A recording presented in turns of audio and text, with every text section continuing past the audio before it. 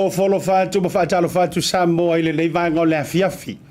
E le toe whaua wina o le tātou tautua le BluTV po le ngalu moana. Ia me so le tātou purukalame whaau wau le aso ma le aso mai lava le aso ngafua. Se ia pa ia le aso foreile.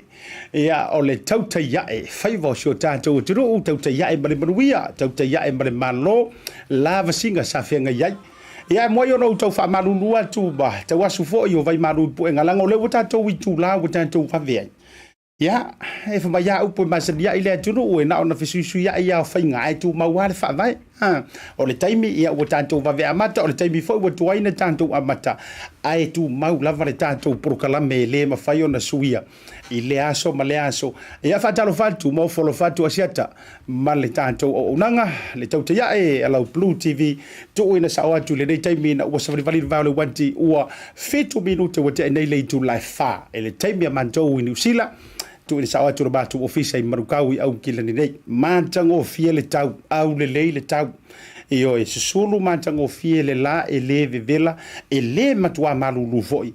A o le tu ai ngā tau lava le e wha au le lei fōringa. O fōlofa ma whatalo whatuai. Ia te autou uma lava. Wō ma pā anga ma mai le tātou au unanga whare televisi whaasaralau. Ia, tango o mi le share, invite ma to tele. Ia ilantou. Ina ia mawhai foi o na tātou tufi tau whao. Ia se porokalame mantango fie e mai se foi o se whaasoa. Ma le tua foi o le so o le tātou fiso ta inga e masani ai. Ma le fionga le teitei fono. Le whatua tua i le tua sa mo utasi a o le fionga foi le minista o whaatoanga ma whainga whaiva. Le songa le Laaulialemalietoa Polataivao Schmidt ile nei taimi o le fiafi. Ma o te fia e whailo atu. O le me foi le iwa ko porukalame ngai al BluTV ma le tautai ai. Nga o ngā maua o tātou wanoa, le no le va le fionga le mingiska. straight lo tātou. O te fia whailo atu, o lea ua taunu o le sāfo lau, o le songa le Laaulialemalietoa, whionga le minister, o le suite, o le teitei whono le suite, tai fo i le vanga whai. I lungo le tātou purukalame, o te whaafeilo i antu malenganga whaaloalo, malenganga fia, i lau whionga le minister, lau whionga le teitei whono, lau songa le Laaulialemalietoa, i lunga o le tā purukalame masani. Ia, i le nganga whaaloalo o te ofolo whatu, ma o whatalo whatu i lau to whaal vai malai. Lau to wha siata, ia, o le whafonga mua fo i le tātou porkalame. Tātou porkalame ua lau vivilu waisa moa le tātou tautua o le tautua ina leo sio tātou watunu ui tu ina atu o whaamtalanga tāla whea ngai meo lo tutup. Mea sa tutup, ma meo le atu tupu sio tātou watunu. Ia malalu langi ato. E o wholo whātua ila le whaafonga mai e tātou paanga masani. Whea lava le tu o le neira rolangi o e tā pua i mau mai ai po Amerika, ia New Zealand, Australia, ia po vea voi sesi tafa. Tātou uso i Amerika Samoa, ia o wholo whātu mwhātalo whātu i mamalu wha le atunu. E nane pa ia wha le tala le lei. Talo wha siata, ma alonso i fumanuia le neva angolaso. Ia, lange mamaso i fua lau le lei tāti tau whai whaatalofa i le anga le lei o le tua. Pawai atu i lau la ei. E boli mai ei se whi au tā ua ma lau lau whafonga fia ua masani a i le sila mai moa le atunu.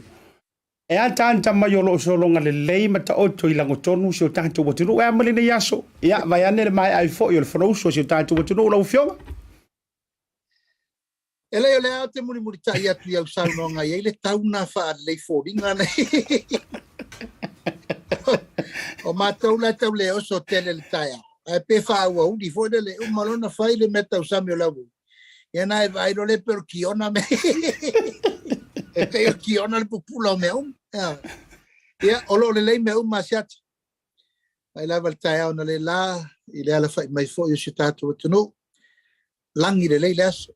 Ia olo o tofi malie o au ngā solo matulanga fo i fsuia inga o le suisuia i le vevela i man malu ele o tula i se tulanga e atangi ai se wha le tonu o se tau le ai o lo manuia me uma mai lava fo i le tai au na le la ina ua ma telefono uso le tunu tau mai lava le taimi nei fitoa mai fo i ngalwanga le office ia lo susuru matanga o fia le la o lo angiangi malie le matangi ia langona foi le anganga o le whalongoina foi wa matano mai fetu o le fiafi ia matoe foi le ngā solonga o le foanga iuta ia aulo manuia me uma se lau pasene me uma siata Maro whaavitai. Ia o se fianga lava lea, wa o matou nei e tau mamau atu, ia matou te fia whaalongolongo a o solonga le leile tau, ia o le ute leo whainga mea malo vo i le tai malo le pale le neaso.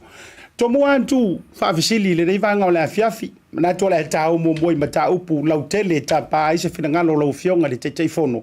Ia o le ta whaasifo fo i le ta matanga ruenga i peo na masani ai. O le tomu antu i le usuia i o le fono i le neaso.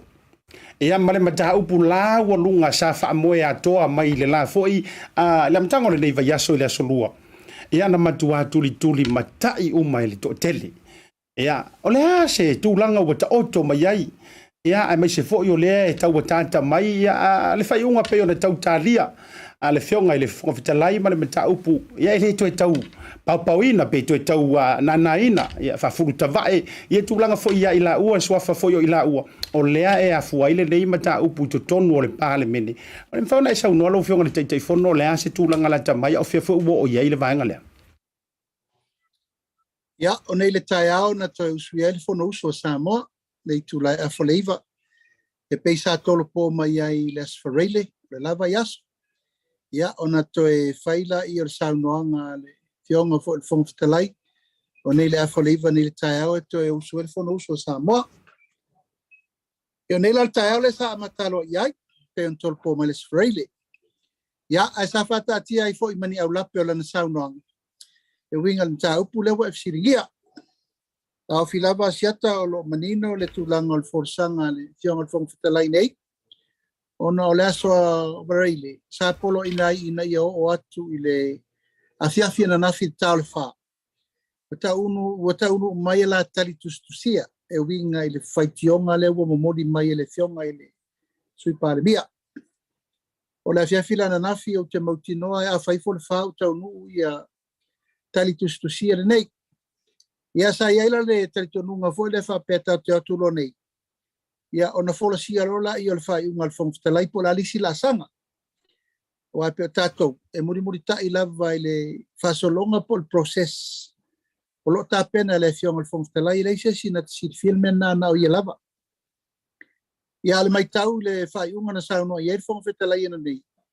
E le mai ana i loilonga i le tari le na watu. Ono le fato a tau nure le o longa na fil fale fiafi.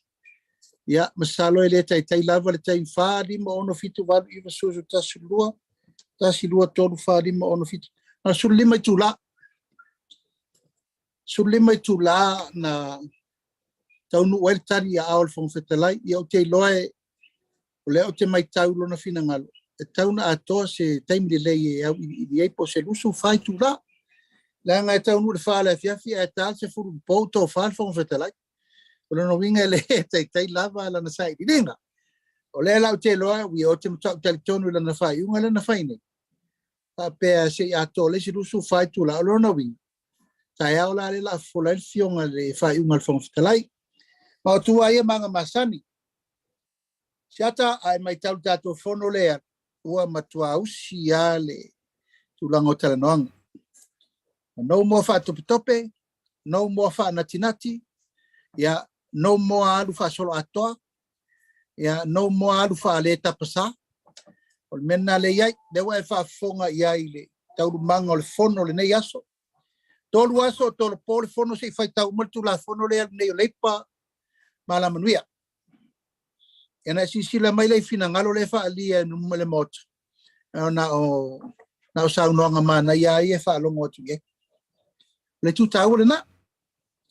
Pale la wo mai tau for fina ngalo le whangwhetalai.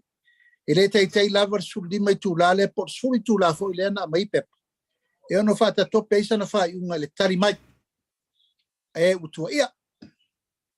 E na manatu lea. Ia, o le tulanga le na. O lo uta o tuenta o pultei minei masalo tai awa ena. Ia, o na sao no lo le whangwhetalai. Ia, what is the next step? Tato lo le fatulanga non tau. Ya ai na umalole fasisilanga na whangwhetalai ma mautino ai. O le usau no tai au e folasi aila na whai unga. Ia whanga sorolol matofon. Ia sirisira la iai na matuai sausi a le whilafulafo inga nei. O matua o ai o onga le whamtalanga o le winga o le tulafono o winga le lei, o winga whaale le lei, o whautuanga le lei, o whautuanga fo e toe mati el tulafono. E o mana lentala ni nei, ma o le tu taura na. O le tu sele na ma le taua, ia usi le fasoa. Ia matua usi fo i le whautanga inga, ia ma le tūlanga i manino mamalama le lei. Ia na matou tolo po ele a nei le tūla tasi. Matou wanga i fo i official minister, ia anga i fo i parlemene, ia whaia na fontanga wha parlemene. Ia, ma le wanga i mai le fiafi se i whatatari atu, ia lau mai fo i tapo kala. Ia mta pena inisio fontanga o toyo nei, tau na linga lua, ai pe o tūlanga na sa iaile, tau lumanga al fontanga na le la. Alo whaavitai le tanoa i lau fionga le teitei fono. Au tai ia la i le mata upu lea. Ia o le la ua tātou tū nei le matenga i le nei foi a taimi, ua e peo na e saunoa, e tū tasi a i le fionga i le whongavitalai. Ia e tau ia na ta no atu ia peo ngana fu ia la upalalangi. What if le la ala doila u fa fisini. O le a fa pe nei e sau e ioe fa maunia ia pele ai foi e le fa maunia. O le a se tau tata mai o se isi stepu lau fionga tai fono ia sa tu foi le foi o le moto so tatu o tunu i tau sanga i tele. Le a se tau tata fa tai mai ai pe a fa pe u mai e fa maunia ia por u mai foi ele fa maunia. O le a se stepu tau so one. Ia te aula vai asiata ia e tate musua e tali atu mele na ngai leo o le whangwhetalai. Peo no whai atu. O le tangalo atusi. O le maota le ta upure nei. Ia o le fionga le whangwhetalai. A whai e talia o te tali tono o la o ta pena e le whangwhetalai leisi la sanga. A whai e le talia ua tapena fo le fonfetalai le silasanga mai ata uia sa be ma fonfetalai mo mua o te matua I o faftaia tulanga uma lea ua uia e le fionga le fonfetalai fionga ia paritele li o se umuspa le angol tulanga tonua lea o lo fofola mai le whaavai o le malo ma le tula fonu tu mau e tauna whaafoe mta upu whapenei malo peno whai atu mo mua siata ali e matua le taua na rupong sasi sin menne o melen tupu mo mua isi fonfetalai e to lua mo mua el menan tupu o le whaia ina popo whaia ina popo o le fonfetalai ona ua lape le va ai tula fonu tu mau sa tauna muni muri ta ye e taunu maila le fionga ya paritere ya o le tulanga na o te manatu o le e whaafonga foi o le lava e awa wai mai le fonfetalai vai laina matulanga o le tula fonu tu mau ia mai o te taritonula e le aia se me o ngase e pefa pena e te loa po le positive po negative ia wa sauni foi sauni foi fonfetalai le ile tui ya I tulanga e foi el tau alo faftai le finangalo manino lo fionga le tai fono pai tau atu lavana le lai li tau pinga kau a maka le mea fo ia ele ai pe foula le matou mai tau atu e o lase o te lona lo fionga mfona e whaala o te lea pe wako e kau ioe pe o te tau tongi le toi ina fo ili tai o le tuangai ia malanga whailo kusi I tūlanga foi o pei o la vaenga e whaona e tau sao atu matou tau mamate e mwhawona e whaala o tele le vaenga lo fionga ia ale nae ele o se lau tau mai tau pei foi le na mata le saunoanga ale atali I o le toina mata na tutu atu tulo wita tanoa I upufakik mata na feulatu le suru aulam mana o le toina sa sa alfang pengsing I rungo le suru aulam ina ia mutele peita esa atu ele o talia ele atali le fon pensini le wa te va veana to tina ia le fon pensini le no fie tu le lunga fa sa fa pe ia tatia ia o se ai pe ia fa pe ne te wa velo o so tu tono e mala mai o fio ala sto ina tam foi atulo na tri e ta milo male anko le fa musa sa el tam foi tafta fuaf ia e umane let ele ai wati dia ina nefu leteri tu lo vo lava le fionga li fai pun ia pe fa penale wing on tau wata muso fo e toi fa wi la ve se tu langa ne ima ne me ane fo wa sa ve u le file mu o ta o manaia o le sa manaia le forsanga le fionga le fonfetalai le lotu ia toi o tu ai mo tolo pola na fa un lenta to fatel tali o fa pe ia tu ia se tatia se fai pelta o mangole aso po feo ia al tulanga na e kolosia tulto ina na sai step masani ai fumble le polo ile le na pasi wale mamate langa ai te lona le mena mato mai tawatu langa na matua sum mai le camera le taimina na umana ko counter pack mai ko inga ai na matua sum mala le camera I folinga fo yo le fai pule fo yo o faleata na matua mawala matua ia ola vai na pe matua lost lava foi le wale o reading a mainga le play le o faiatu e ale lava tai foi o ele mo lo ai ale le capeneta ia me se foi o fainga malo o le ana pe ona isa unoa nga masani le fonfetaling o le ai vai mai tau atu leina ma vai leina o le tulanga na ia ile fa mo ai o tele yo ile si fa fesili fa mo le lo fionga de tete fono o te toi fia fesili mai lava ile mata upu na yel na tupu le fono le na te nei langa le fato a maua le ta vanoa na ia ile amatanga o le saunoanga le fionga ile tai o le tuanga na e fa wi la ve ai ia ma e toi fa manatua tu langa te tau ona yai to tonu o le Maota ma le saufa inga ele fa ko e lalo lunga e sau mai lunga e fa longo tasi ma fa na to fa lo tele vai o tele foi tu singa ile ma le fitongi ai le lava lo ofisiri sa o tu lo fionga le tai fono por o fionga minister e tau ele te tau na so na pule tele mai tasi ale le o tau fa longo ai o sa o le tono le Maota lo fionga O mato mai tau le aso. Ia, na mua tu la ia el to ina le taia. E tu la ilo le taita. Ia alfa to muanga na. E le to e masesio lapi to tanto e sao no lewa tari le tuangat. Ia, o inala le na alu forsanga to ina. Ia, watu ulo maa ia aufa asolongol tau. O mata na o mena na watu ultu lafon. Ia e ngangawi mai loa ia ala fua ma ulape ele a ingal tu lafon. Awa mata lona saumena ia fiai tau wha ino ai, o la me usuire me lea. Se au le te whaungaina i lea o le malo. Ia le fono nei sa tau na wala au lea o le malo. Ia, Malaysia mea, na laino tula. O lea wa umana tau fiatu el whangwhetalai. Mawha anofo i lalo mawha iatu i el whangwhetalai. Ia e tū mai foi lunga ia. Ia e saula ato. Ele saula se leo foi lea e mawhaina mai malama se mtau. Ia e pe saua le leo sa ol me lai fina ngalo e fai. Siata e tasi al tangata e whatontonu al fono. Tasi fol tangata e whawinga ina tu la fono tu mau. Whether you like it or not. Ule al fong whetalai. Ia le la sa utula i tuai. Mari lie le sui. Ai mai se voi o le sui ia. E tau whai atu o tangata walewa nei le Maota. Tasi al tangata tau te whaalongo i. O le whianga le fong whetalai.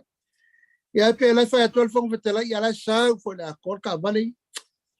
Ia male mea lava le nei o le leo. Ia male upu whaatonu e tauna tiu tiro. Tauna tiu tiro le tula fono. Ia nana lai no tula i atu e whamana. Tula o whianga le teitai o le tuangai. E malu atu i nā e le Maota e le nai tu. Le fai mario, le tau whaato al tae, o e longa e al tae, o nen whaatari mai, pura le ungal whong whetala. Le sa whaatari tari umai e le paia malu le Maota. E le e toa le manatu tae, o le lang le sa whaatari. Ia, woso mai mal me foi le wa, o malole ngā ua lofa e ngā le whao popo. Whao popo ngā pata. Ia, o tūla ngā ia. Ia, nā ve foi tua lalo mal me nā watu na se e loa, ia whao wau lau mal me tauna iei. E whapena lewa le langona. Ia te au sa au vea ma whong whetalai. Au te langona le langona o le whong whetalai. Nā wa te re tau whaatari, seisi a taimi whaisau whaima. You have to do it right on the spot. E te re whapewha me le whong whetalai. I whaatari so o te mawha whautua, so re whatu whai ungon tau. E te tatalo i le nganga pa ia le tu. E whai lau whai unga sao, ma whai unga tonu. On the spot. Ire taimi lava lea. Lela te langona le tūlanga le whong whetalai. Au vai atu lau a matana whanu numi le mea. O no tūlanga i lunga break. O le break la le nā. E whai lau tala anga i le po ai lau te whai po te tei le tua ngai po ai. Ai mau mawhau whaunga i le whong whetalai le taimi nā. Sei wa sa i rona whina ngai. O le mena sa pito i siri no umana o mia a o whong whetalai. Ioi. E ala na isui sa lato langona le na i tono le Maota le taimi na. E loa mai loa matana vevela se mata upo na tula i mai loa i se vasai foi. A si whaid mawhawhawar whongwhtana. O le mele na leo te whai le taimi nei asiata. O taimi o malawa o te vai foi la a matana luta. E a PSC. E no tu foi le ilunga vai foi. E pei foi le na whai al sema. Ia sei tōru selo le fionga le whonga whetalai, sei sweet sepa. Ia na tōru, ia punga maro, e toi oso mai lau toi nei tō, ia oso mai wato tōla na. Tā penanga, e pe whapena le langona le sa leino utu lai. Ia e leo se si tū, o le tae au fōu. E le ilewa na umana whai le lotu. Ia ma o le fōu i tapu, ia o le e lo umalamata upu le lunga ma ale. Ia e vai atu pe tu mai, lunga pe e le fiu. Ia, an whapena i lava leo mta upu leso, ui o lea, ia. Ma vai fui nā taim. Malo whaavitai. Ia o te loa ai po le si taimi e tau nalo le toe ina o la o sui le lanu o le tulimanu la o fusu mai ai fatu ai o tau ngalo wa masani to jiti fasi furu tau sanga o pese la vai lana pese masani fatu ai o tau ngalo foi ia o te loa pele o toe mamau foi ai masani le lei o le si vaenga e mo moli atu ai le nga fa fitai tele le nga no fai tau foi le to telo ila tau sa ko meni lungo le live male o le na mau foi le si u leo a sa o la to mana tu pe o le sui o fale la tai ma sama tau ale ai pe ora li pata tu pa ilunga no ala na fa fetai le tu langa le fa fetai le fon fetalai u hafu ala to sa unanga ma fa fetai fo le fainga malo le ma se si so le o le kapenge ka fo ile nga nga lua koru punga ai a fai mau te toi mana tu mai le tau lua tolu fa lima ka usanga atalu na fato a mata me ta o live le parliament nga o kai konua kai fa le wanginga ya le saunanga ale fionga ya olo mi saunga ruenga le ufa share solo lunga na mato tau fa tua tau fa u la ve mato tau fa la fa fe la nga ile malo ya mana tu mo le tu il fa ftai tele ile to a fi malie me se fo le maua to vai ia fa to me se fo le to fa le fainga malo ia se fa uma mai le te le o mana onga ma le meo le tu alalo ia le tau to au mai ia mai le tele o tau sanga uma vai so fina ngalo ile tu lo fionga ia a fai wa to mai tau ile swinga le na asiat o le metonu na le fai a fai le ngana le tala ia saus ia ma to saus ia fela fla foi o le fono mo mo le nei pal mene na fola tau pula so mo mo to e break le fono tu wa so tol wa tol po yo na follow ai nei ai le la na tu le wodi e vai tu la fono tol wa tol po yo e vai la e le ai ma se si ma to fa la vi fina ngalo fa to au fa la te au vai tu tau se ese fa ton wino il fondo e tele a meno fie tu ai lunga na nei ala i manatu ai volo e le vale se manatu ali Taupea si faile au nga manong yel kapenet la foi la tu si ale le tu la mele si suya na le lave mai foi se meta le hesep allowance well leva na ye tato risk allowance o mom ye na lan te fa sa la to tu ro lunga le pule se voleva ngai ka komeia pa o le fia ya e pe tu langa na e pe ma mata melta ya tu wai lunga fe lo tu si fa sa le sa vem par mia e tu ngel lunga su sa o fa sa le anu mel lima fa sa fe lo tu si ya on ai me na le tai mai ale si o le mai ta wa so lava tu no ful no le tu ya le te fa sa la to o le winga na male nganga na siata o le tu wa no ya te wa ia le se si mesidi na lo na le la utato wal te minne ma tu atatala mai lava ia na no follow la ia si me tunu ma si me ota ia ma se me puti el tu la fono le fion fon stelai o a me le lei taofi ata no o a foi me mol no mana ia atono isi te mianga ia o a ni me le tau mali ia fa pena ma lo fa tai tele lo fionga le tai fono mo le fa mani no le vaenga ya be se fo yo le tulanga ya ile ta tonga le tanto frutanga ya le sausuia le pale mene ya au fa fo si fo Samoa o le si au fa fisili ala tule nei taimi fa fitai tele ai to mo an tule fisili le nganga fa fitai wa teilo wa leva ona momo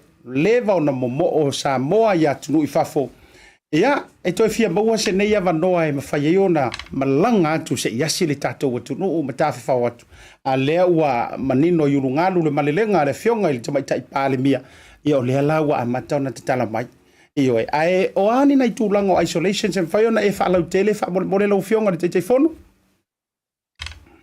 ia salo nau mai al malelenga le fionga le tamaitai pāle mia matatu ile so ele to yeni isolation a tatou sua le pese foi le al pai mai feleni isolation finish o me foi le pe mai foi le malolo ina tango ye lo moenga ina e foi lo ainga wa malolo tulanga na le wait to isolation there will never be an isolation again Te vana ngā ini tangata e sao mia me le vaa le la o mai. O wal tulanga fauda la fai.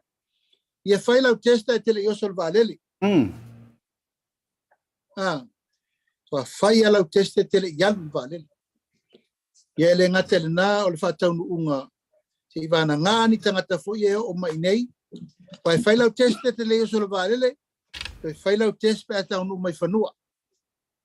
La toula e testa tua lai matua ato tole malos. Ia to fasa ifua. Ia o la tau o iaina na i whale tonu. Ia o la tau lalena. Ia e anga e tau fia po se tasi pelu aso. Ai leto iain tato isolation. Paena lona lua, ia lewa tosi sira mai watatala. O malmele tai tolu sfuru, tato maltai lima sfuru. Ia lau tato pekto nomu. Kalesia malotu, matala. Talonga maisi me oma, matala. Pata singa fale ainga, tatala. Wa uma mea, talai. Ia mena lau eita tu. Ia, na fau sau no atu le fionga le sau whapito atu sai mal tato tapenango me ia fa solo. Ia, e to a afe mon tupu tangata ia fia malanga mai a me, fo i mai o lau tau atu. Rono wi, e rei titi fo le ono, ia pe fitu malanga o mat, malanga ia lau tau atu. Ia le fo la porka la me atu tato malanga. E fo tonu a mo i la tau, fo ia wa leva na ina tato atu. Wa tau no mat. Ma e leto ia se tato to e fo i inisi tulanga pe sa tato iai siata. Ali. En fai fo no fa pe atu. Goodbye lockdown.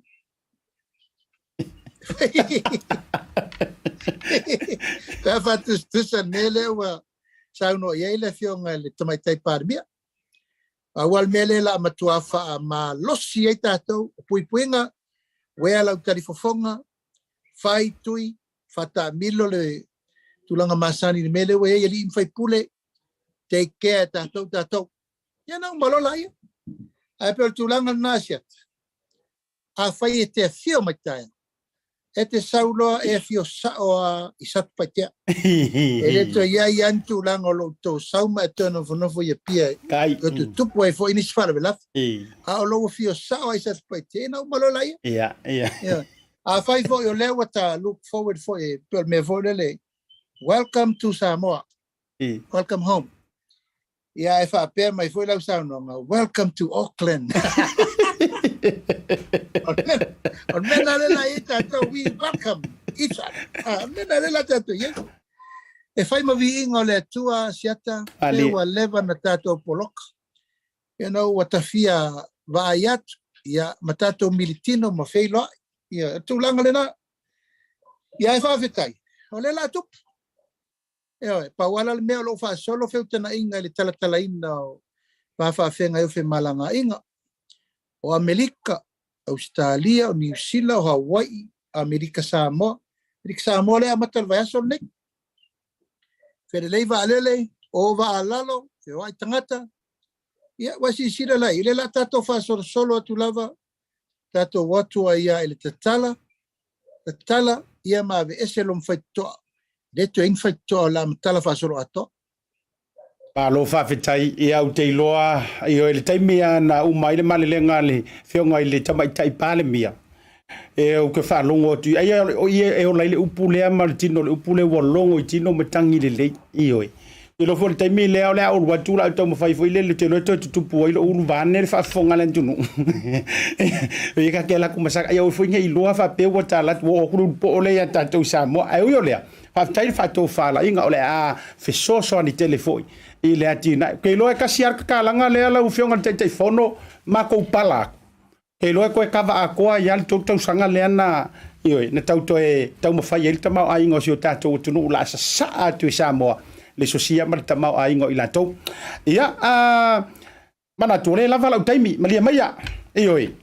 Arka waku a se tasi lau, na tasi a se au wha lau i loa lea, e tasi. Ia, mo vai i to tele. Ia, na toi foi mai la ia lea, wha au ne ta wha tera noanga, wha mole mo foi lava noe, whaisina ipu vai o le nei vaanga o le fiafi.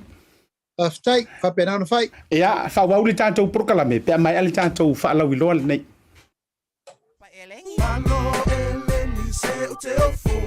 Tasi Market, an affordable local service supplying your favorite Samoan goods. Sourced and shipped straight from Samoa, expect nothing less than Samoa made. Offering a money transfer service, Tasi Market brings you one step closer to supporting your loved ones back home. Tasi Market, 1 bar 2 Triangle Road, Massey, and 1 bar 182 Great South Road, Papakura. Visit us in store or follow our Facebook pages for more updates. Tasi Market, your affordable local.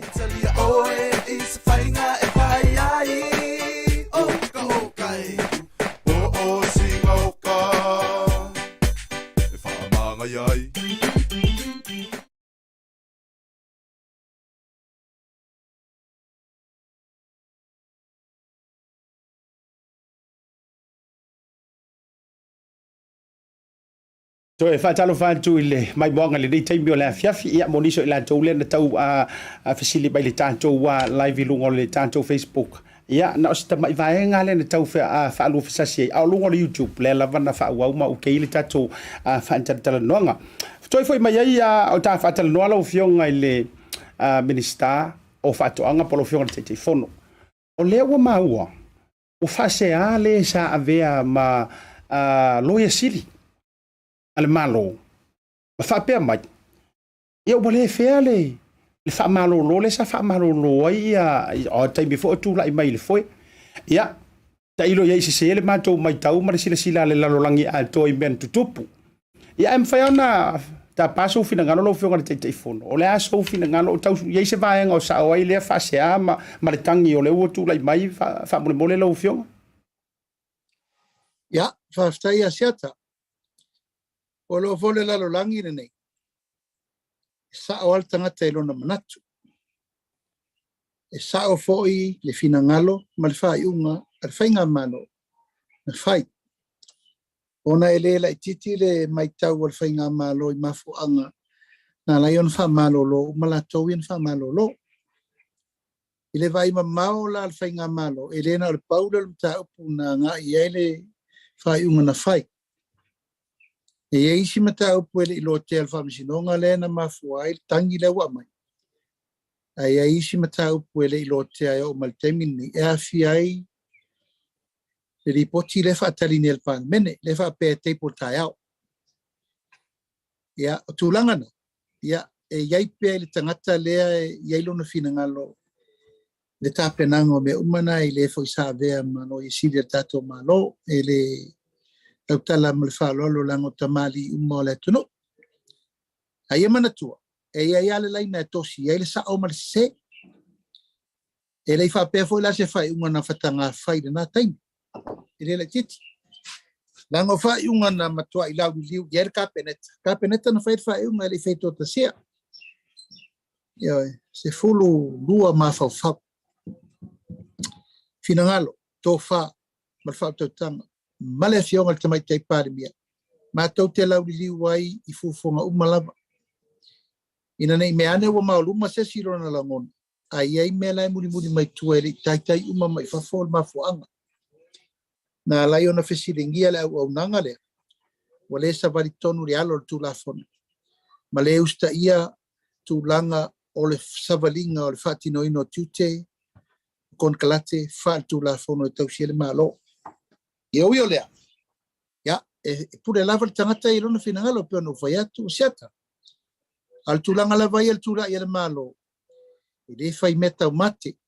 Ele o masalo. Ele o autango. Ele o pongisafo. E ala na fai le fai ua mautu. E tapenang ina nei te ila ua o toi umai o le mena fai. Why sila tapenanga le tapenal fong fetalai temini. It's a long process.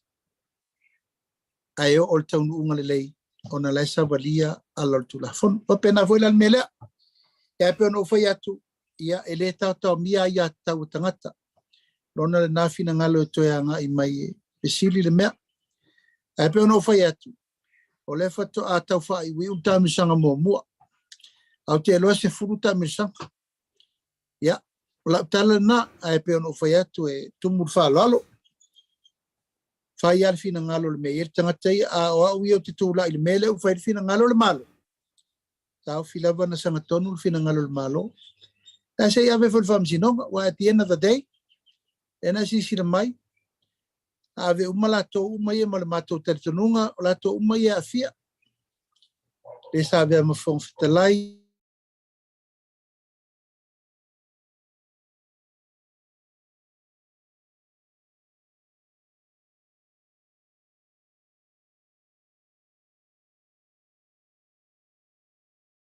Ia, manato le si tau toe whai aturi tātou whiso o tainga. Ma le pio gare te whono, ia, po le sunga fo i le minister. Ia, ua mana ia la fo i le vaenga wo i eila na saunoanga, me se fo le wha mani noi no le tūlanga. Ta o to i le wha sea le fo i sa avea ma loia sili. Ia, e ni whainga ua ma vai atu leu toi mo le tātou so tainga. Ma le fionga li te fono. o fele na ngatai la tala siata Ia, le ana le wa maua marsi ui fo ia lo saunanga i le tūlanga o le ata o tola vapea i le whai mali e fo i whai vole so e ngole mata upu ma tūlanga o iai. per tūlanga le na e ave fo ia li mo tūlafono o tūlafono e tari a pe no fai atu ia e puri al staff ne i le laolo na va a vol tūlanga ia ia fina ngalo e sanga tonu wal tangata i lona manatu. Ia le malo, o le mātou te teletonu, o le sa olfai umana fai le malo. Alo whaftai lo finagalo.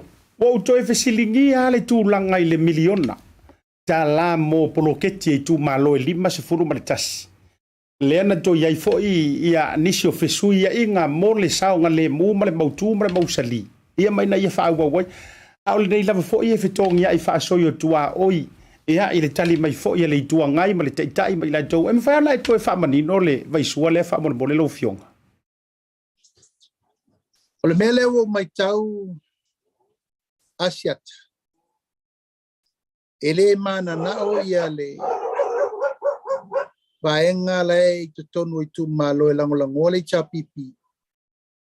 E afia uma le i tu malo i le whauwhatasi no le bloketi nek. E mana o lava na o le whaipura le chapipi, ma tangata na langolangoa le chapipi, ai abe ese o mai whafo sui o le fast. Ma la tau e onga le poloketi. O le mena leu whatula i maltemi nei. Ai si sira nei la amatanga. Sa fola malama ma fola ma el minister. A whai e te fono le komiti le fast. Tau fwoi te fono le whaipula le chapipi. Ai fola atu na mta upu le so momo, ai langa mailo, e pepelu, e le se me tupu, e le tau nuu poloketi, e le mon. O inala, na toi li liu mai rola to fa me le. O mato manatu ai. Ia ole asiri lana mai e sui re fast. E fa tai telefon. Mo fa to tere el komiti. Ina ia tau nuu poloketi. Wa fai nei la mai la wali ia te el poloketi ma fa ula fa lu malum. Olona wi. Ele mo se mele le tu. E umane lava na fai tionga ma me fa le ngai lo mal poloketi.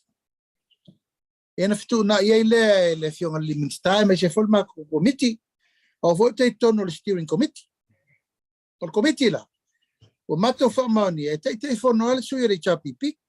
Ona ia paleni le tai fono sui le chapipi, tai fono fai pure il fast.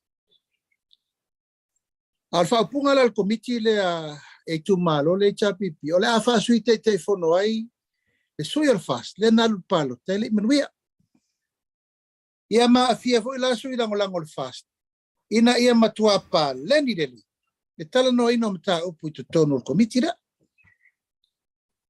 Ia, o le la o le mana na o le mena na o le tonu na le pisai nei fai mai ele tu atu pe wala var fai pure o le chapipi masui o le chapipi ai fa fo mo le fast ia ilonga sa o le me Asiata ese se le oti le o mai fau ese se fa fi fianga le o mai taula muai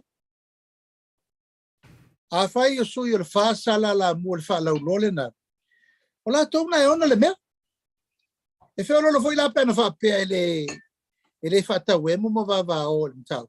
Ana mua pisa. E pe pelo ele tau nu ele se milion.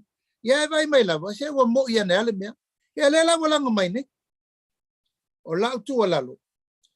Fai le mele u fina ngalo ele minsta mal committee.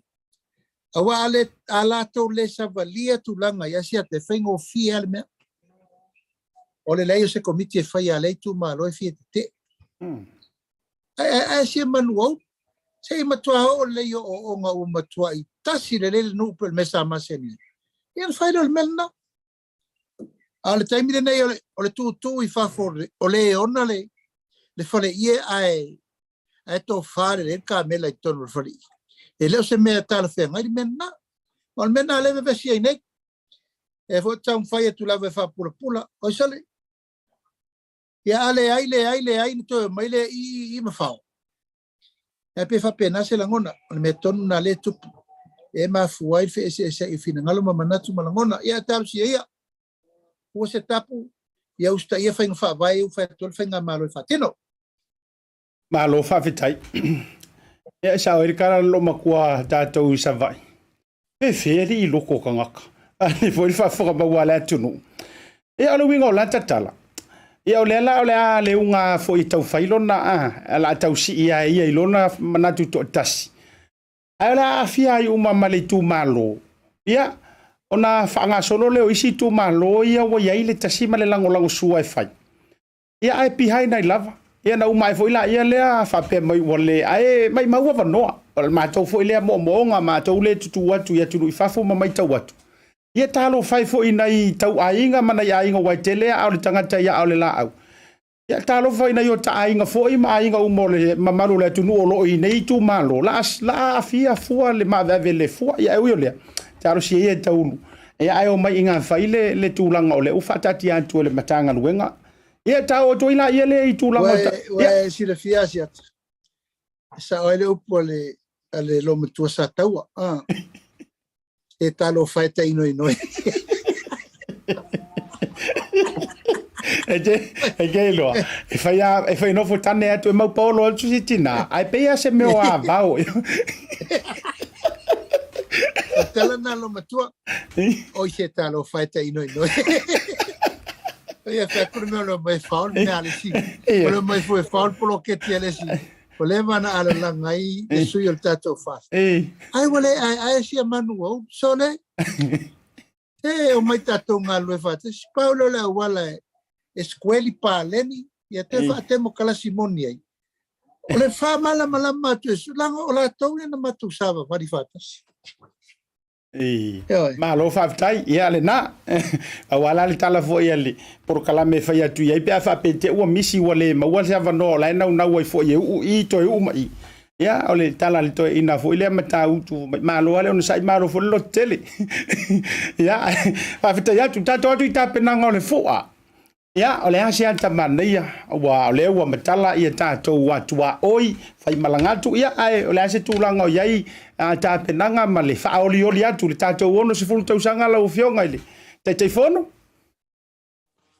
ia te lo se te misa no al mato te fono e fe ngorte mai te paribia te le alta penanga Asiata ono le tulanga lava o tatou iai le tapuni puni ia malele mau of so tainga ana tau nu male temi le ne nomo le o no ninga tau mai tai fava ale le tau nu male aso me ta ona ia pangalo ia le to te sisi le mele tu ia al tato ta penanga Asiata tau sanga ato tato celebrate one whole year tau sanga ato tato al mela le fata I mua temini o tato fa linga fato se furu lua masina o le tausam ai lima sutasi tu malo o no winga e fai umma fa linga fato angai tono tu malo ne lima sutas o no winga tasi masina tai tolu ia talo mua no winga fire activities in every week ale la ti sisi mai ele tu mai na la fama ma la fisherman ma la fai papovi ma la fai la fumano ne mena ena ti tiro malta ma ya ta fa e mo le na fa e mo atu e fai whātoanga fo e sa lalai taptapau. O whaalinga le la fai, o le tu malo ato, e ta iono ta i se furu nu, o lona wi. Ia, e mulinga me sa tupu ia pia, ia so i mele la tupu. Mai ato le leile tausanga o celebrate. Tulanga le tato whamui moe. Ia, o lona winga la siata i le la titi. Ai se teimi i ona sa unoa la i ai tulanga o tato tapenanga le fai e. Ia, se sa unoa tu pele fionga le te fono. Te le tapenanga mo leso mumua. A le tato te mata i tu. A tato tau mwhai tato te fo i level tulanga masan. A matu vai tato si singa fu e na umani.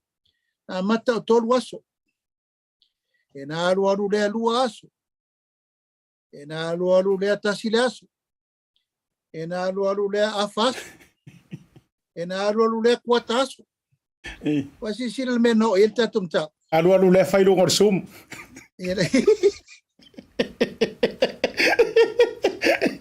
Olona winga la Asiat. E te lelta penanga e tanto e wha. Manino, e umane, e le ita penani pau. Ita penani fautasi. Ita penani vaalo. Ita penani turula. Ita penani wha iripu. E le iai ma se ta penanga e tasi. Olo voi ata pena le tunu i menei siata. E to tō mai a tolo pepa lo pao. Le sino fo, le stau sanga waia. Yo o atu tisi ngā fua wa. Sauka mai e lu. A te mana tua na aso. Luma lalo puru fo i o le fau. E kasi se wha puku ngā kora. Tasi se wha putu ngā mori sainga, mori Samoa. Tasi se wha puku ngā pepa lo pao. E o tamana sa pangi e na aso. E pai kolo wha soro a kora kaunang. Ia wele o puvo le leo. Apia City is sweet and sweeter. A wafe wa Somalia fasa. Somalia ato. Il tato me sa tato e nas. Ia we. Al te mila nei. O la e tau whatu langar fina ngalo te fono. Ina e tau langa tonu. Ai o te tonu. Siata. E lesta mai por kalame le fasol. Alo whaavitai ona fo i o le. Taimi maratu ia a o tai ia fo i tūlanga o le. Fua whaile leanga matase e mai ai tāpenanga o Taromua, matūlanga o lo iai, ia na o le fisirisili mai lava o le ua iai fo ile o nanga le Tasi Market wai loa fo ia matoune. E na o le fisiri mai wha o le sunga le whawhia ngainga, Reverend Tole F4, whionga le lipule. Ia, se siata po le apo a whea leo no tau nuu mai woka fia mo moa kuai mo kolo ufi. Tama ia na pu e mai nā i le Taromua, taptapao. Ea mai se fo i o whaisua matūlanga o whala au fo i le tamo whamata. Ia, vaku ia sa ofisili la i le whionga tai whono pura whionga minister. Le mati whaatala noa nei. Ia, se la tamai e tau oio na mantu vai nei fua whaile le angala u whionga. Ia, na e musu atua le sunga le whawhengainga e. Le whionga fo i atole e fo. Ia, o tāpena atu me uma. Ma o tatou tala le na whai. E whio mō mai nei. Ale. O te le mana o e watu se mea e tu fesiri le sungar wawhenga inga po whena a watu wai. O te mana o mai lulu lima le lei ma le au whai whatoanga, ma le au whai whaiva, ia ma le au whai la fumanu a tatou nei. Ia maona sila wa le peo no whai atu. E whelo ai uma ma le au whai whatoanga o lo lato whaia ngā senga ma ngā susinga o tatou mea watu. Pe lava mele o na sai. O lela amata na talai poras.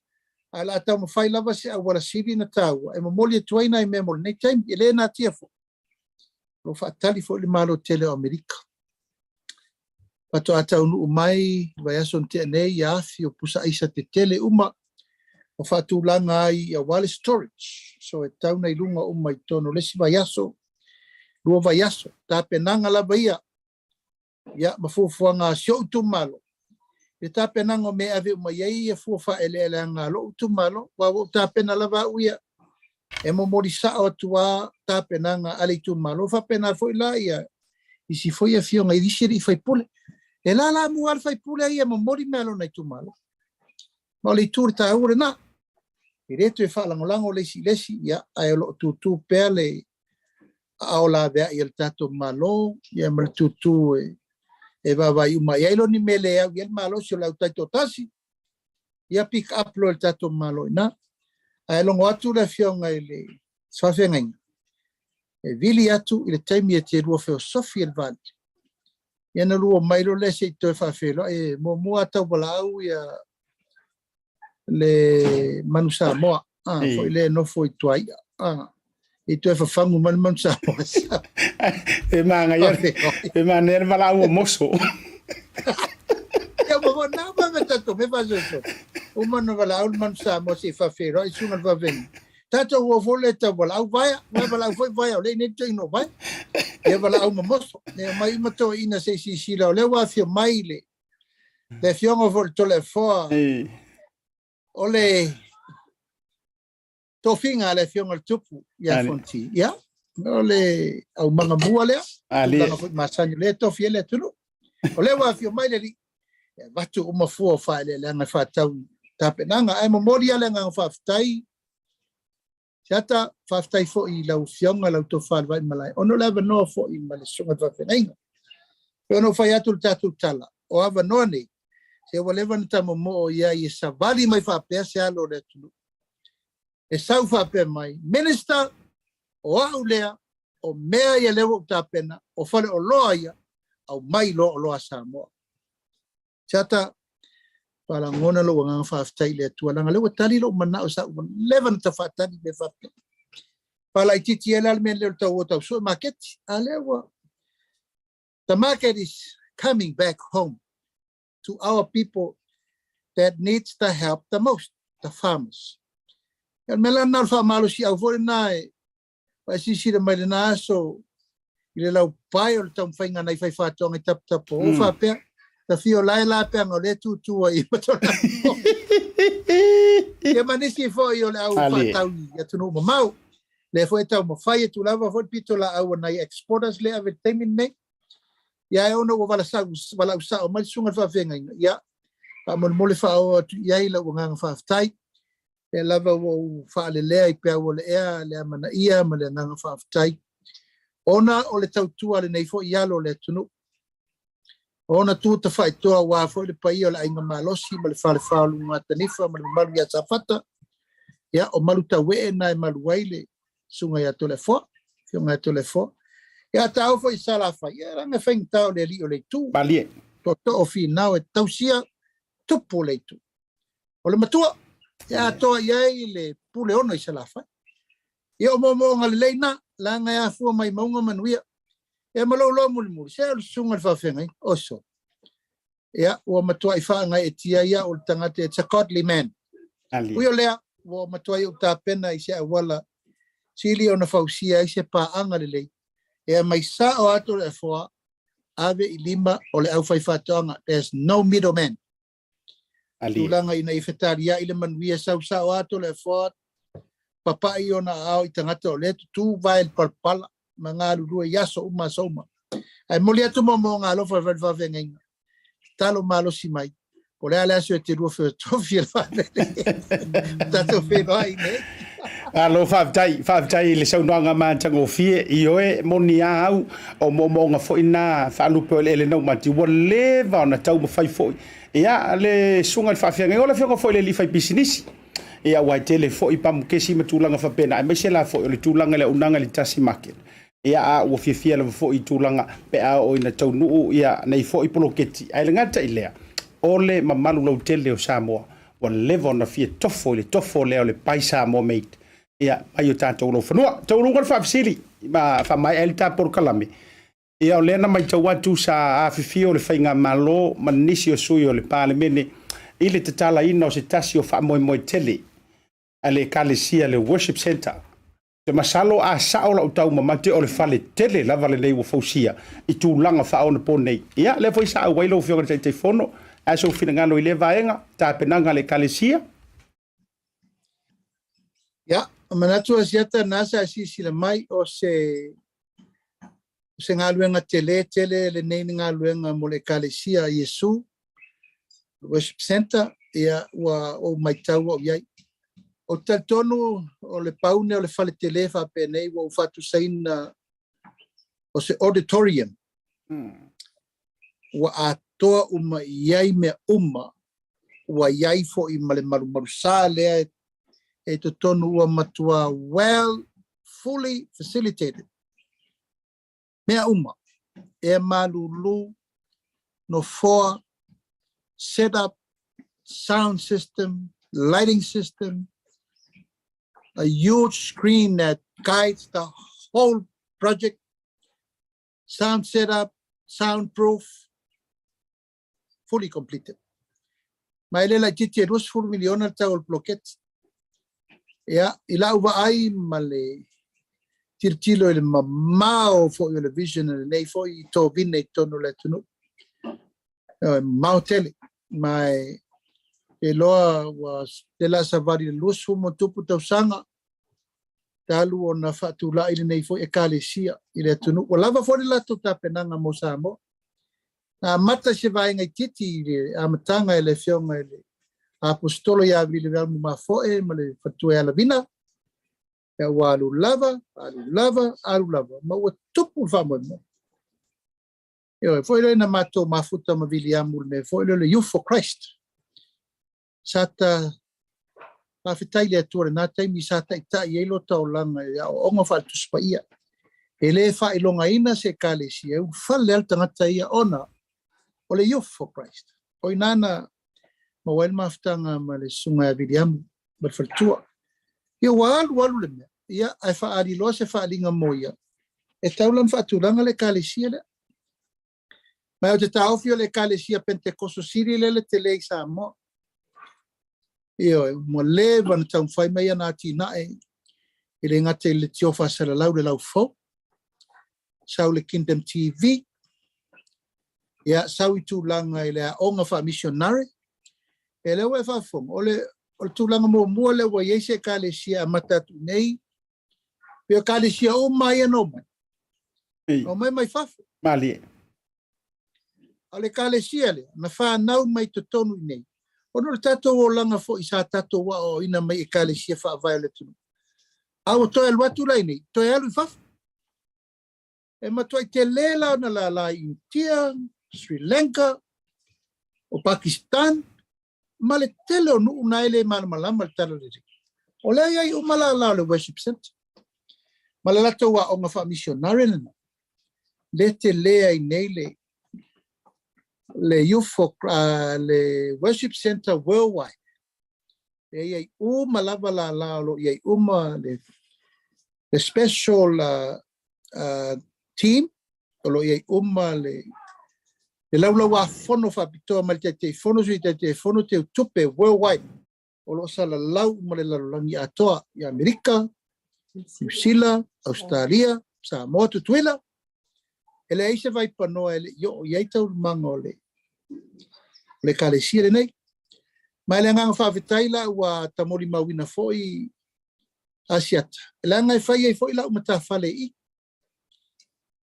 na so lava na mai ai foi na fa ulu fale ma ngai pe o fa tuspa ia fai foi la o nanga I le kalesia la fai la mata fale e fai la o nanga ya o mlo to o mlo fana ia au le foi fai la o nanga le kalesia top le kalesia fakasa ia le kalesia metutis ia ma le worship center ela valal to vine fetalia ono tulanga tofinga ia tate un fale I me uma ono fa mo volta to ino leli apeno faiato it's a great day ma o seaso mata ina ile tola ula wina le amata ina mal tulanga u fa ma mal wina ile e kalesia tulanga le o mai tala le mo la to mai o te momori le fa malo mal fa ftai ile laula wa fono ale worship center le lo langi atoa ya mai se folte tai e fionga apostolo ya vida ma fo e mal fortua e mai se fol suite tai le fionga ya misa e sotto o la towia o lo ngaru ru fatasi o malava irta un faingo latina e no le caresia ya ai filo e foi inisio la fanga la fai pulo tato parmen asa si se mai fionga foi sunga ya filofi ale e wa per tamana le ata le fonga na o le caresia le na ma popo le stona ya martelenga ya fata sunga le ta itama pua Ia ma le to tele foi nisi o uso al parliament. E fai e foi la to. Atom ta fale. Al tel to nunga ma nei ia asiata. E te fa longo ai I le tele o leo matang o fia le fenga le. Te fa longo le mawalesi, te latu le mawalesi. Ia sau le pesiales. E felanu lanu wa ia lo langona tupu ai pelo maua o le fa o tanga mo e mo mori lo ngang fa ftai. Watu la ile nei fale tu matila. Ile anga I tai tia fau. Ya, o manatu o tu o tia fau. Ia po tia fau la. Ang no fonga tonu ale tu wele. Le maluma. Sa tu wale tia fau hota. O le tato fale no fonga fale famu o mua na Samoa. O le hotel na sunga ya curry, Jimmy curry. Pa fai fang sumalie ma me naso. Ya, ma fai ela le hotel le tia fau hotel. Ya, mai bole le nanga fa ftai le kalesia o no fata wina. Nei polo keti taua ala uva ai mala ufa longo mala titilo tonu. Ia le li ono le loto te tele sunga le apostolo ma le kalesia. Fata unu nei ngalwenga tele. Alo faftai ia manatu awa tala leo malie lau tala talanga I le dei aso me se foi o whamaninoina me se foi o le sufina ia o le alama le mila le ua tu o whaila tu matawhanga le kalesia ia worship center ia au te ilo foi wa mita whaia e loto I latou o lo mai mua mawhaafonga le nei taimi ia ua mwhai o na whaau fale ia matau tini tau wao matau nuu le wha moemoenga ma le miti wa lewa na loma se ilo le matila I le nei taimo le afiafi la fatu ia wha mai a mai ele talanoanga mai se fo se wha manuianga I le wha whangausia le wo mapaanga le BluTV mai se fo I le tōtelo I la tōnunga le proklame le nei vaenga o le afiafi Ia, whaaftai asiata e lea ina le anganga lava o le whaaftai atu e lau tō whaalwa I malae malau o nanga e malau wala wina wa le sufi ina o le wha malamalamaina o le whaafonga anga si o tātou atunu o le mea siri le na o e tō mangu e le tūlongolongo I lau ngā luenga tāua o le atunu la tō kia fia maua tala le lei ma tala sao I taimi uma ia e tupu fo le vevesi o no tūlanga le tātou wae moso oi ia ma le sao whamtalang ia o lau whatu whananga asiata e le te sunu I mea le ala whale I tia whau e male ala fale matangi ala lua e watu sa o ia le upu sa e te leo whaatali ni lau mea tori e savili e po ni tala le taima le usonga po le aile matangi leo le te sau sa o ale mea leo te watua e ilo awa iai whai o malo o le nganga whaaftaili na I lau tō whalawai malai whaaftai foi Samoa I lato uma o whai paanga le tātou BluTV ia vi ia le toa whaaftai mo te talo ta po mai ma me uma lava o whanga solo ile aluenga tato whainga malo o lo le lei mea uma lau le tala lau le talo lava ia I tato onsai tato maua pele nganga le loto tele mal whapalpale e wha solo ai pele wala wina mal wha solongo le mele at e le whaingo fie ai au te talitonu tau nuu lava stau nuu ngare lei tulanga fo I loto ma au ma loto mimisia lau tau tua apa ma la au tau tua I tau malele asiata Nau le atua na te sila fia nei mea uma. Whaaftai tele Samoa. Whaaftai foi lau whainga luenga te tofi le atua ala te talo ma le talo sanga. Ia o loo toa I pēr manu mosi o tātou atunu. O loo matala pēr o le langi. I le tūlanga o le alofa ma le anga le lei o le atu. Ia na o la o tau wha no ngā manu. I nei manui le atunu. Ia o te talo whai pēr na asiat.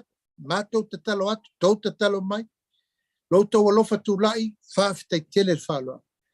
Ia, ai o la whaasolo ngā luenga o nei e whiawhi o le fo te anga I tuta I fo le sfontanga nei le tālo fitu, le ala fo nā tutu mai lumo le tāpol kala. Ia manu tele ina tau lumanga o lo toi, alofa tele atu le walesi whasalalau. Ia, ma mori lo tau soi fo, se taimi fo I tātou te whilo. Ia, mau pēr lau tō whaasiata, ke loa le whaingo pia o whaiva. Ia fo I e whaalele, ia I e fo I e mai tau. Ia e mau mai a pēr le ngangana tau ave ai le tātou atunu. A le aise ngangana, wa le aise nganu. A le aise nganu, ia wa le aise nuu masitu malo, wa le aise amoa. e peo ita te tautau ama I lava o a uma tātou upu matala ia I whaatai me whaisuang. Ali Tātou wolo e whola mata upu le tunu. Ia, tātou teltonu. O lo tāpua I Samoa le au mamala. Ia ma le au whainga luenga e pa ia le tua le o lo tāpua I o tātou whai.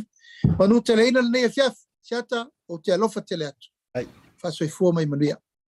alo fa'avitai lau fionga I le taitaifono o lau fionga le minista o le sui taitai fo'i o le whainga malo. Ia o lea ua sasa'a whaoti le utu o le whaimea ua sasa'a fo'i le whaiva o le Tautai Samoa. Moli atu le mātou whaafitai tele e le lava fo'i upu e le lilo I sa mātou whaamatalanga. Ia whaaleo atu ai le anganga fia ma le anganga me. Ia vanoa le au maua whapenei. Le ngata I lea o le manino ma malama. Ia o mata upu awa a nofo manino fo'i le atunu. Ia e to'a lava fo'i le tai e peo na e sau no so o le telo taimi.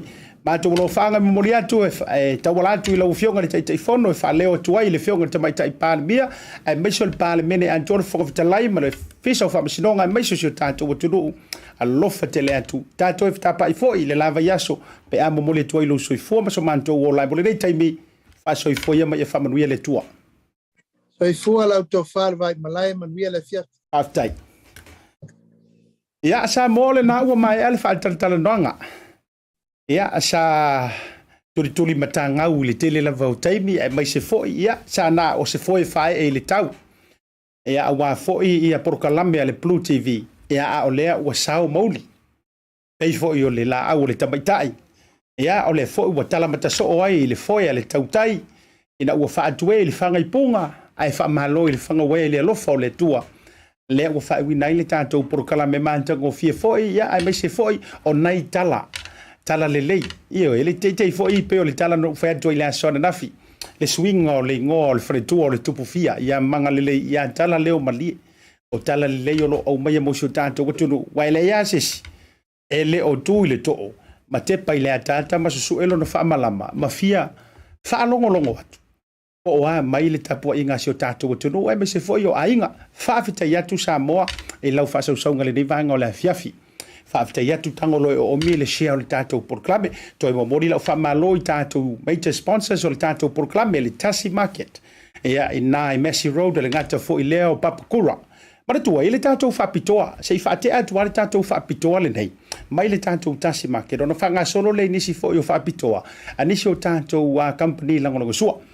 Ai o le whaapitoa le nei le Tasi Market mo le aso sa o tina. Lea o le alolo manei le nei vai aso I le aso sa. A whapeu e pisi la fo I ke lo kainu. A ua tau ngalo ia o ema io e matau whai ma alo whangalo tau wha amata tasi. Lo sa ko inga sa vai lo tau wha amata iwi fo I le wha pasi la sa ona itina. Le hai to e wha mana duatu. E ila le wha pitoa le wa una mai le tātou pulenga o le Tasi Market. Massey Road e ama le tātou wa whale o loa le nai Papakura e wha pea. A mata atu I le so. Se ia o atu I le aso tona. O I latou uma lava o le a ngai atu e whaia latou whataunga. A whonga le lei mea ua ia. O I latou uma o le a mawhaiona e aru. Ule hao e le o yeise te leo lau whatau. Ai o le a le tu ainga o loa e mawhaiona e alu e whatau. Ma na o mia lau tango e tapa lau lisiki. A whonga mai. Tapa lau lisiki. Ona e tango o le tusi lo wingoa I lau lisiki. Po e mailo nata. Ia manino aso nei o leu keilo le lei au ke meli siki o ngafi makala ko ngafi e amata nei tato fa la wiloa po e mai le aso maleta ma le fa inga ia le fa pe mera tele la fa inga ia po e make sure o lena e fa tau amata tu le so se yo o le aso to nai po e mai le ona e tango le screenshot ma send mai le tato messenger le tauta ia e po le BluTV a uma le tato wa sa pa e o tina ile aso ngafua o le a whaia I le sei e tō whaatasi o mai lava I a tau li siti o le a send mai matusi mai lou suafa. O le li siti e manu malo po le suafa e manu malo. O le a e maua se pepa tala o loa e whaifua lau whaatau e up to 250. Lua se lau lima sifuru tala lau whaataunga. Manatua o le asonga fua e umanga e makiva I le weekend ona o le tapenanga o le asautina ai to e tumu lau pusa aisa. Eo e malau kapoki. Lua se lau lima sifuru. E ono manu malo o ise tasi e nofo I Messi. O I West Auckland. Not Messi, West Auckland. ia masi tangata fo i ole a faifa atau i papakura po i nei le self. No winga, ia, o ka se manga, ia paua lau ngaruenga fai. A matatu nei se o i le aso tonai. Fai lau fa atau, screenshot mai lau li city, sa fai aso le nei vai aso, a matatu nei se o i le aso tonai, tusi mai malo ngoi lunga, alu lau sua farisei, e se i le aso ngafua. E lua lan tatou manu malo, e manu malo i le lua se lau lima sefulu, fai ai lau whaatau ngai le Tasi Market i Papakula, ma le isi lua se lau lima sefulu, e fai ai lau whaatau ngai, e le fale o loa le na e Tasi Pālua, Triangle Road, e nai Messi. Ia oka, mana ia le nā whaaptoa, mo tātou e le aso sauti na, ia a matatu nei, kai au makalaku kai au, alu iai, fai sau whaatau, awane i ngalonga e ka pālau li siki.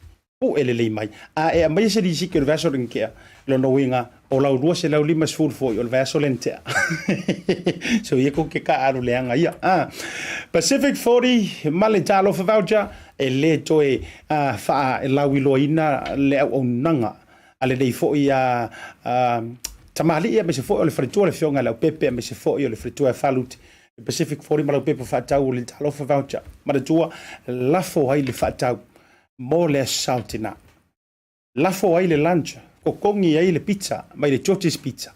Ma fai wa u ma me o mai te fai atu nei, ai ma fai ona tua i ai lo ainga.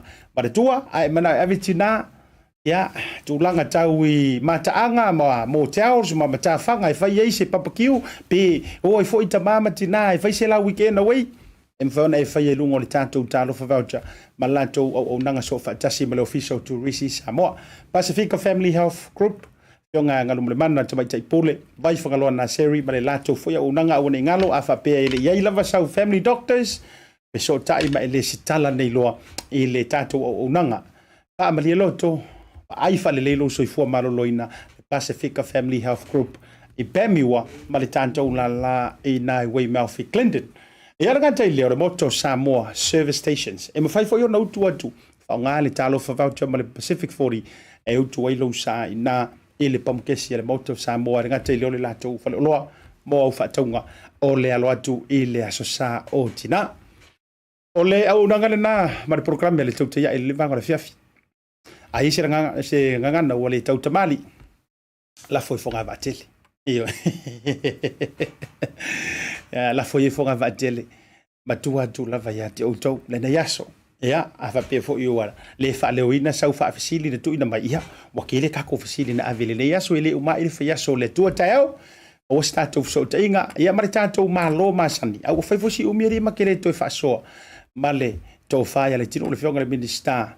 E ana le tu la fono. Le tua fa pene ye la fola fonga tu tono le moto le pale. Mene ai mo ne fiafi au li le tua to taime lo fatu ia le proclame ia ile to fa ile matua faiva ya tono wena so alo peti toma ai mai se ia olana fatu funganga male utoso o lo tau si le langi te tau le langi malo fie ale lupe foi va ese ia po o le tato wa o le fiafi le u fa solo ia le taino malu o lewa mai ale malu o le tausala ya sengia po le tofine ya sengia ia o le ala taimile nei o le ufa nga solo ia le fa mai aina o le la ei po o le malu ale a fine po le tofine ya ibet no winga o lo so le ngal me uma mo le tolo fanga o Asiata Pio proclame il tato tau fermau ia ile fionga le loli ia po le semi mai se fo le fionga le tua le sene ia fa pe fo ila le fionga ya tuala pe fo i fitalenga fa maduainu ia manisi la fo la fionga la pepe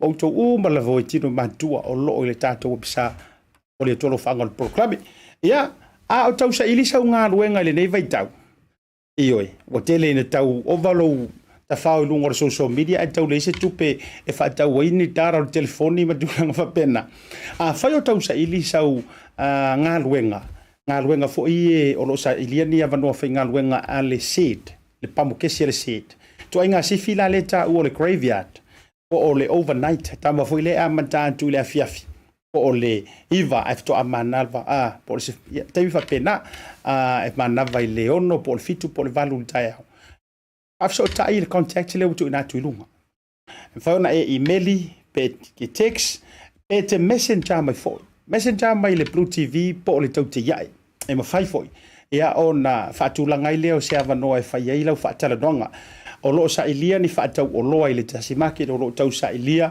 nisi e latou te faigaluega i le pamukesi a le SAID lea e tele lava i Wiri, Otahu, Roscommon Road, Browns Road, ia ma Tom Piers Road ina i malai vaalele ia ma le vaega lenā ina i Sylvia Park e latalata afaapea foi te taulatalata i nofoaga nei i meli mai lau CV ia i tatou faamatalaga ma faamaumauga lenā ua tuuina atuluga afaapea foi lelei lau kiligi ia galuega kiligi ia oe ma lou aiga faafesoʻataʻi mai a lelei lau teu fanua tulaga faapena faafesoʻataʻi no Maryland le gata i lea a lelei lau omiomi tulaga o le galuega faatalatupe ma lafo tupe le MoneyGram oso mai foʻi e omiomi mai tatou contact lena pe te messenger mai i le tautaiaʻe po le BluTV ona maua leo nisi o faamatalaga o loo moʻomia vave ni tagata fai galuega lelei foʻi le totogi ia i tulaga o loo iai ia o le tatou poroklame lenā auritia le tua te taimole le fiafi asiata falimalu ma le tatou poroklame a le BluTV ma le tautaiaʻe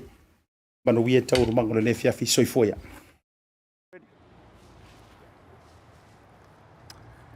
talofa Samoa malo soifua manuia lelei taeao o le tautasesila mai o le ua o mai le mafaatauga ma le tausala ia pea ia i nei le tatou Tasi Market i West Auckland Tasi Palua Triangle Road pea o le fatai o mai le Tasi Market pesa sa okay mo le o mai I a asiata o le kelo it's really o le makango fia le vai aku you know le ngaka I mama the signage the branding sekia Tasi se matoa se sa ili po le hase faatauga mo le sautina ia ma se fo le faaaloiloa lenei taeao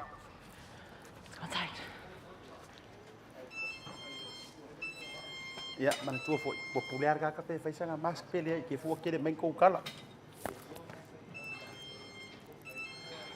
le o tau sila mai ele tanto fa sala longa le nei ma tau tia le mama o to tonu le Tasi Market pe le so sauva ai to no tanto fa lo you know as soon as you walk in asiata e ke longo feel you know the pisingisi have clear signage and just not just any paper branding is key sao le sao no nga le tofine ya pe le o ma o mai tulanga o me ai tu aisa tele le mo le mamoe tau au pipi o mamoe fa solo mai ai e tamo fas povi masima fa solo ane ai tanto tau mafaia tau sila mai pa fai ai pa ar pesta awa fo ile tulanga o le sautina dengan taile mo wa tanto pe paula and fe it's everyone's favorite ole fai ai fe lena mana ia tanto fai fe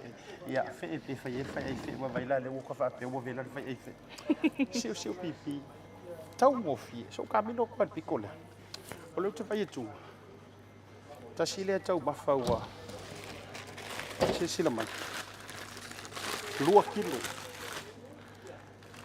pesa ola wa yes 2 kgs ai na ole lua su valu tala ai vai vasene le tau le gata foi le yep and lamb shoulder chops ia le na ole pesta le ta fai papakiu ala siru on papakiu o umala tele miso tanto o loe te sila mai ai taio pisupo wahu so so inga e lengi lava nga tailea ia fango sosi apa pepe ma pepa pepe so si to inga oloa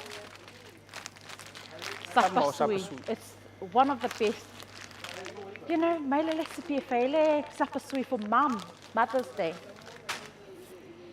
liu mai fala un tomo mata or kamale ia se si la ai kamale io kamale si la poco ma wale moli ia le gata leo le avoka fa mai si o tau le ni avoka i New Zealand ai te lola utala a fio mai le Tasi Market e te mauai le meo le avoka le lei ia o matua mana ia lona ve le gata foi le ia pea apu o moli ia or kamanga le kuava io kuava ki usila ia so se tu ai nga o lo la foi tau live for tonight le gata foi le just the off the cut nothing so rehearsed me te mau le pito le so se me inu te mau la le pito le ia wa fo ile tūlanga o le whātaunga malero atu le tātou sa tina. Ia, maua talo mai Samoa, talo mai Fiti, ia o tūlanga o mai sosi o loa i tāpena i le tō nai. Awana i ngalo ia te o Tasi ale whale o loa i te manatua. Tasi Market, whaingofia ia, Tasi Market. A mai ala au whātaunga. Pea? Hold up, Asiata. O le kali lava for Mother's Day is luau. It's my all-time favorite. So I whapea leke lo kukale luau lea. Send me o le studio a Asiata. Le nā. E tātou whaapitoa o te whailoa atu mō le tātou proklame ana nei. Ai se whauma tuala utala lea. E maua i fo i tono le Tasi Market lea o nanga le mane cram. E wa se silatu. Ke sa uwhai se rua tala male si tama tala vau au le lei la vale na o lo tula i mai tono le mane cram. La fo i le tupe i Samoa. Mai ala whailo whaatau na sa ule la fo se tupe wa lea sautina. E la fo nei, maua nei lava. E o nanga ale Tasi Market. E ke reka waru lai se si mea. O mana whailo whaatau. Ia, sa ule la fo le tupe i Samoa. Pea.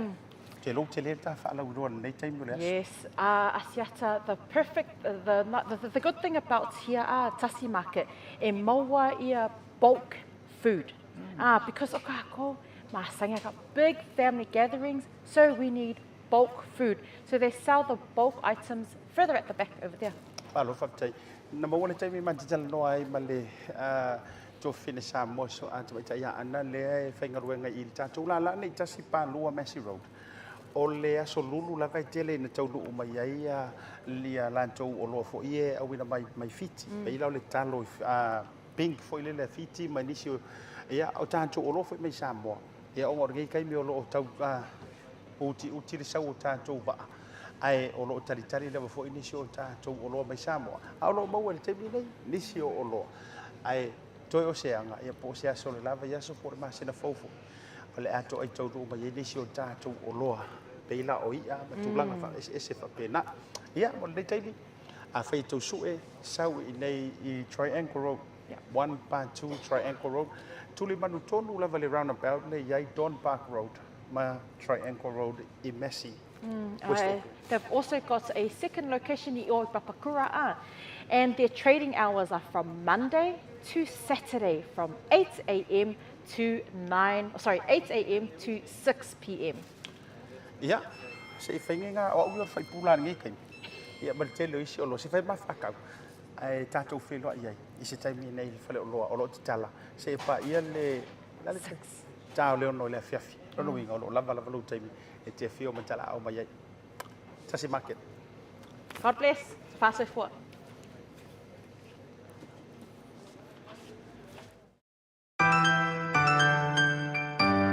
Local voucher is one of the most convenient ways that I'm finding now to do my shopping here at Farmer Joe, and my sister just sent through the voucher on my cell phone, and I just come straight here to Farmer Joe to do my shopping. Ole si tūlanga tutusili o le tāu. O le lafo me o le pepa tala o loa. O na whaangā le whaatau ai o loa e au ngā more ainga. I think it's really convenient for families overseas if they don't know how to help their families here. Then this is the perfect way. Mai ai la sa suma fua tau ai lesi sa. Le fia foi sa we mo mawina le foi au nang fo e ala mai le talo for voucher. Ila wana whaatau ma me te mga oi ile voucher. Tai mo le talo for voucher ua maua le apasusi o sewa fine. So se paro loa whaingo fie a me se le te wherua i malo telefoni tai mi uma. Ai lo le lafo me le cash o na inu e nori tamao re ainga. Whapea tu lava le talo for voucher mo le foi au nang fo whaatai. Ma lua lava le tamu whai. Tai talo for voucher. Teki talo for voucher.